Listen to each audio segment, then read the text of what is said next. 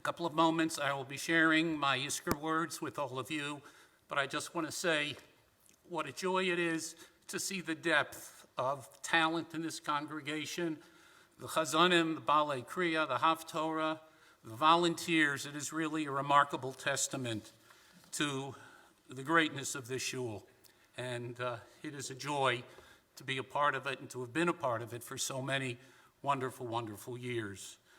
And of course, the Yashar Kochech to Fern for her beautiful Hineni this morning, and to all of you again who are here, and to all of you who are out there as well.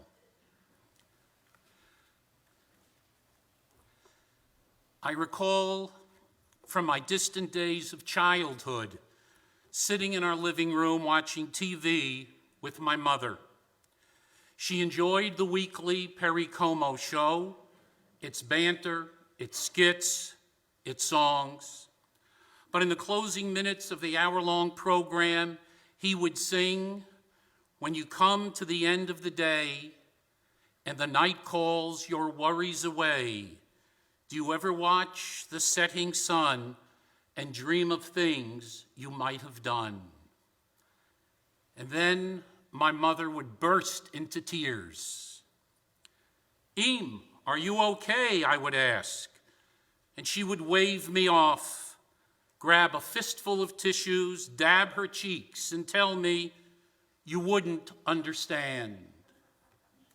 And I didn't. But years later, I did. When you come to the end of the day is realizing that dusk is closer than dawn, that the end is closer than the beginning, that we are running out of time, and it is death that beckons, not birth. Growing up, Sinatra was an actor and Manchurian Candidate, Ocean's 11. He was a member of the Rat Pack, cool as could be, J.F. Kennedy's buddy. But his songs were for old folks, never listened, never cared.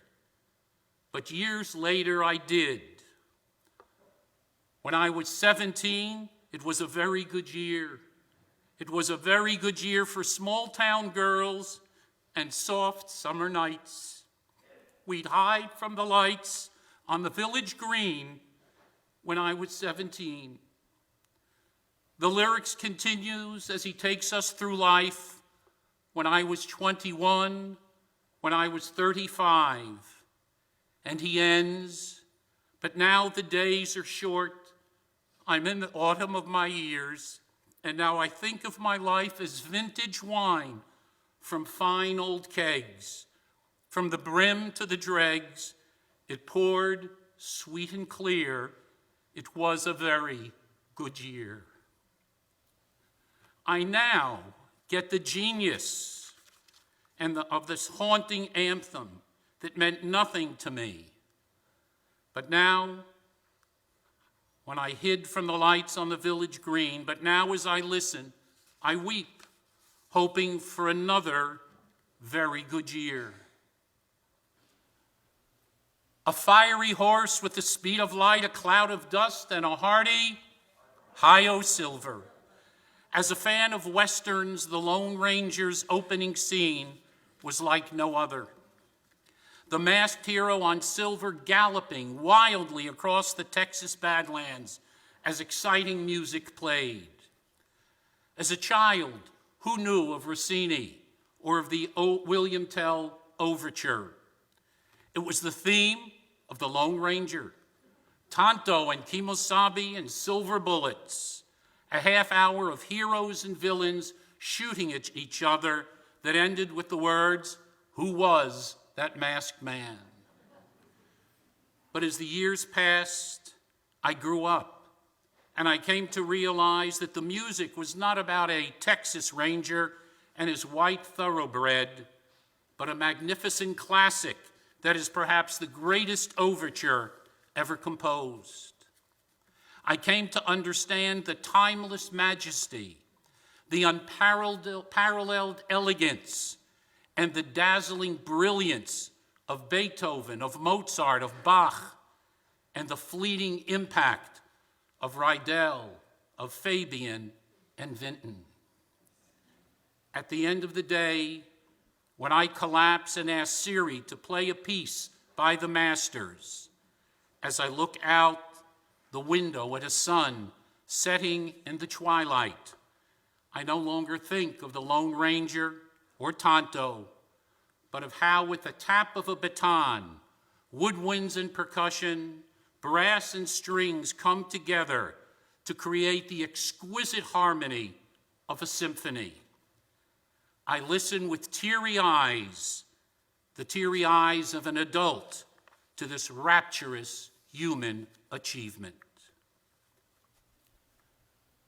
Melodies, scores, and lyrics remain, but we change as we journey through life, going from the tears of infancy to the tears of old age. As time passes, we listen less with our ears and more with our souls. Nothing has changed, and yet everything has. Energetic to exhausted, boundless to limited, carefree to dread. And then suddenly, after decades, we arrive at an unimagined place and accept that forever is but a myth. That though the notes remain, we no longer hear the music, but the countdown of our years. With confusion and sadness, we realize that though they are identical, the Shema we recited as children in bed at the end of our day is not the same Shema we recite in bed at the end of our life. One has a morning and one does not. For the faithful Jew, it is Yizkor, more than any other piece of liturgy, that accompanies us through every passageway and threshold. From youthful indifference to words soaked in tears and sacred tunes drenched in mortality. From an easygoing break in services to a numbing glimpse of eternity. It is a distant yet vivid memory. As the Torah service ended with Eitz Chaim, the mood in the sanctuary slowly descended into an eerie quiet as the ark curtain slowly closed. The white-robed rabbi with a square pom-pom skull cap, my father, invited all those who had suffered no loss to quietly leave the sanctuary. And so began the annual great migration of the young and fortunate into the halls of the shul. It was an odd moment that perplexed many of us. Why all of a sudden, after our parents herded us into services, did they now push us out? The riddle deepened. What was going on behind the now closed doors, the closed wooden doors guarded by stern-faced ushers? There was mystery in the word Yizkor. Unfamiliar chants slipped past the vigilant guardians. Mournful readings made it through the sealed doors. Sobbing echoed down the hallways. And yet the mystery remained. But for me, it was a pleasant escape from a long service. I would slip into my father's office with a friend, Velvel, and we would play chess as long as we could until my mother and his rounded us up and brought us back into the sanctuary. As I got older, I still was not a Yizkor participant, but no longer did I fill the time playing endless games of chess. Now was the time to socialize, to flirt, to hang out with friends, to talk about cars and girls and outfits, to huddle around in the men's room, furtively listening to the World Series on a transistor radio. We laughed and carried on, not knowing that our parents were weeping only 50 feet away. We were celebrating life, planning our weekends, and not knowing that our parents were coping with death. And when the doors opened and our red-eyed parents filed out, giving us a faint smile, we knew something had happened, but in our self-absorbed adolescence, we moved on with banter and plans for Saturday night. Yizkor, whatever that was, belonged not to us, but to our fathers and mothers, to our bubbies and zaydas. We wanted nothing to do with this unseen ritual that was forbidden to us. The years piled up, and I grew older. I was fortunate to have both parents live into their 90s, but now as a young rabbi, I had to confront Yizkor, not as one bereaved, but as one who understood the pain of loss without having experienced loss, the agony of death without having experienced the agony of death. For years as your rabbi, I never ripped Kriya, never sat Shiva, never recited Kaddish for a loved one. But somehow I figured Yizkor out. Your tears became my tears. Your heartbreak became my heartbreak. Your Yizkor became my Yizkor. But in time, I did lose my father and then my mother, and Yizkor became personal. No longer distant, but intimate. I began to cry not as a rabbi, but as a son. The Kotzker Rebbe taught that there are 3 ways in which we mourn. We are to weep, we are to be silent, and we are to sing. Our tears are shed in our new loneliness and in our loss of love. It is our exhausting expression of grief that then stuns us into silence. In that holy silence, we remember what was, the hushed dreams and memories, the passions and the joys once shared. In our silence, we stare into a universe both empty and full. And from the depths of our own tears and from the eloquence of our silence, we burst into song. We sing about the departed and of their years on earth. Their lips are still, and so we now sing for them and about them. And we hope that God is our partner in the sacred choir that pays tribute to those who no longer walk among us. I have delivered 44 high holiday Yizkor sermons since 1977, missing only one when my mother died only days before Yom Kippur. I spoke about candlelight dinners, and I'll love you forever, I'll like you always, as long as I live, my baby you'll be. I spoke about Shirley, about cholent, pigeons, grommets, memories that remain, and we all strolled together through the neighborhood. The weeping, the silence, the singing, all come together at this hallowed moment that we all share year after year. We stand next to each other, peering into the abyss, wiping away each other's tears, staring at each other with words unspoken. We embrace to ease the pain. This has become a time when we find unity as a grieving community, both confused and bruised. We enter this place with questions and no answers, and we sing the Yizkor song as we struggle to understand, still beyond still, quiet beyond quiet, gone beyond gone.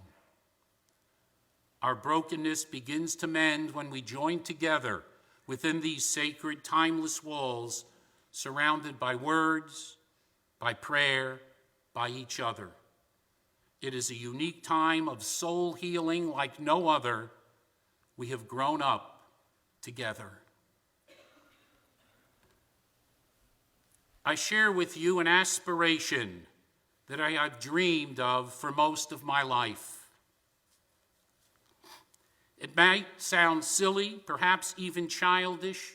Nevertheless, it is a longing that has eluded me every summer for as long as I can remember. With the arrival of June, we all would look forward to vacation.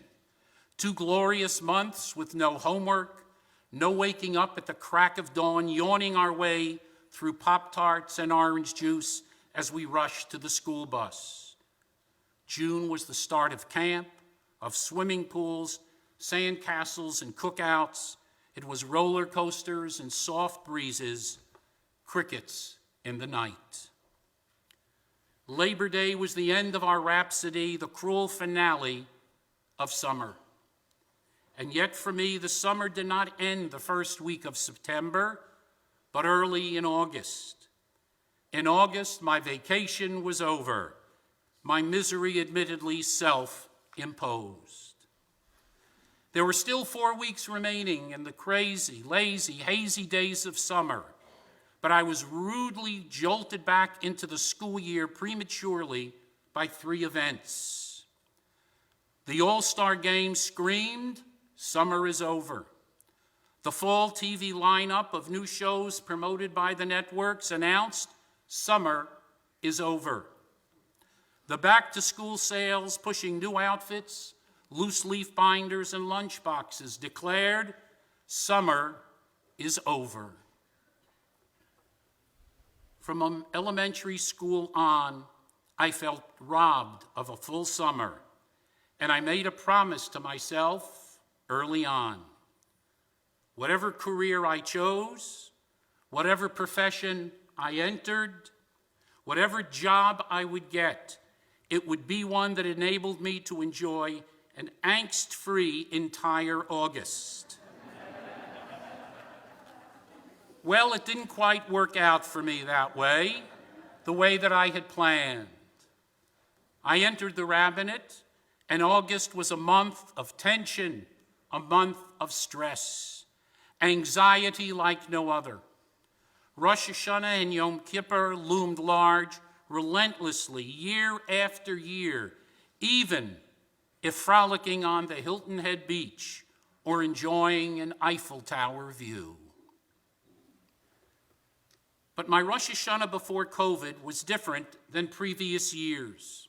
My responsibilities were such that I had the joyous opportunity to spend much of my time mingling and schmoozing.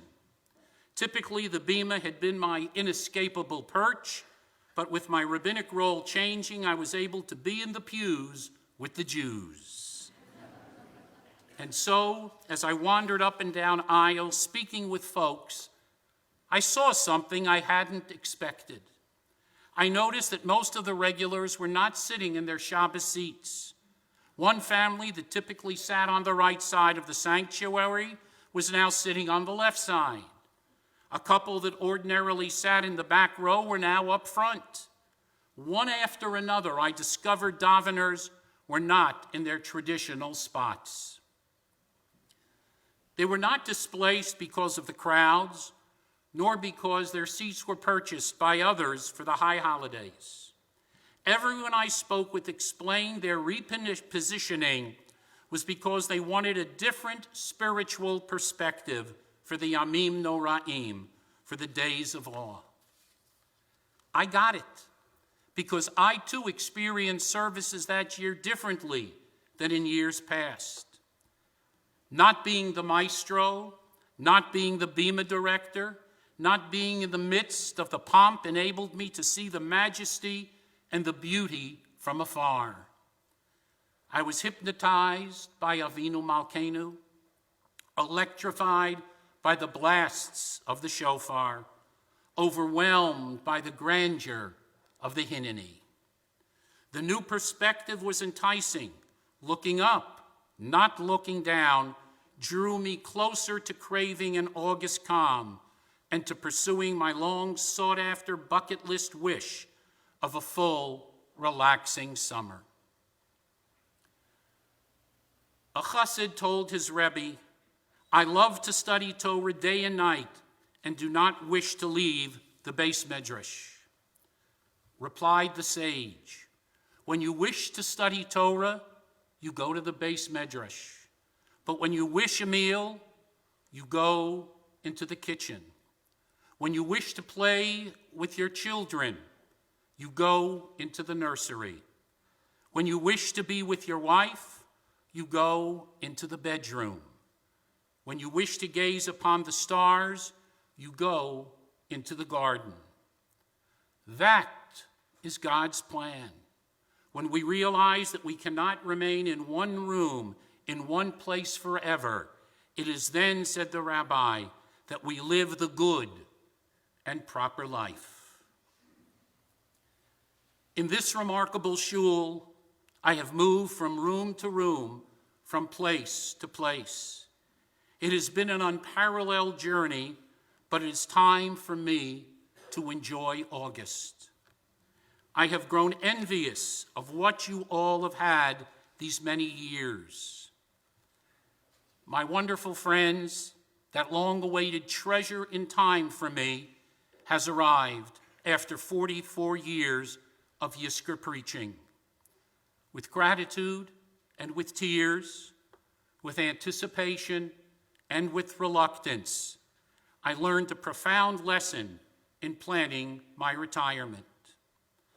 Leave in a confident spirit, not in an awkward shuffle. Leave by choice, not with the gentle urging of the delegation saying, Rabbi, we think it's time. I leave this bima after 44 years with my head held high to join you all, my sweet wife, Cindy, my wonderful children and grandchildren. The pews will now be my new home, and you will be my new neighbors as we daven together and as I joyfully sit among you. This Yizkor place and this Yizkor time has been a precious jewel these past 44 years when we have glimpsed eternity together, when we held each other up as we were about to fall down. I have always known and revered the words, Hamakom asher ata omed alav admat kodeshu. The place whereon thou standest is holy ground. This bima is holy ground like no other. This shul is a shul like no other. And this congregation is a congregation like no other. I was blessed from the first moment I met you, and I have been blessed every day since. It has been an honor to laugh with you, to cry with you, to build with you, to make memories with you, but the time has come for me to join you 3 rows from the back. Most who are here this morning have no memory of our early high holidays at the Cobb County Civic Center. It was many years ago, but I remember the first Yizkor sermon I delivered and a story I shared. A rabbi died, and a long-forgotten student of his showed up for the funeral. The student left the shtetl years before to enter the world, and so his appearance prompted curiosity. Ask the mourner, "It has been so long since you have been here. Why did you return for the funeral?" Replied the man, "I remember when I was but a child in Cheder, and I was exhausted from my chores the night before. I struggled to keep my eyes open and my head up, but soon lost the battle, and I put my head on the desk and began to doze off. I expected the rabbi to shake me, to wake me, but he didn't. He saw that I was tired and said to the class, 'Kinderlach, shh,' and continued to teach, but softly. After a few minutes, half asleep, I began to shiver in the chilly room, and I saw the rabbi approach my desk. He removed his coat and laid it over me. 'After all these many years, you ask, why I am here? I am here because I am still warm from that coat. Sweet, wonderful friends, whenever you are chilly, whenever you shiver in the cold, whether near or far away, I pray that you remain forever warm from my coat. Thank you. God bless you all. You are the best.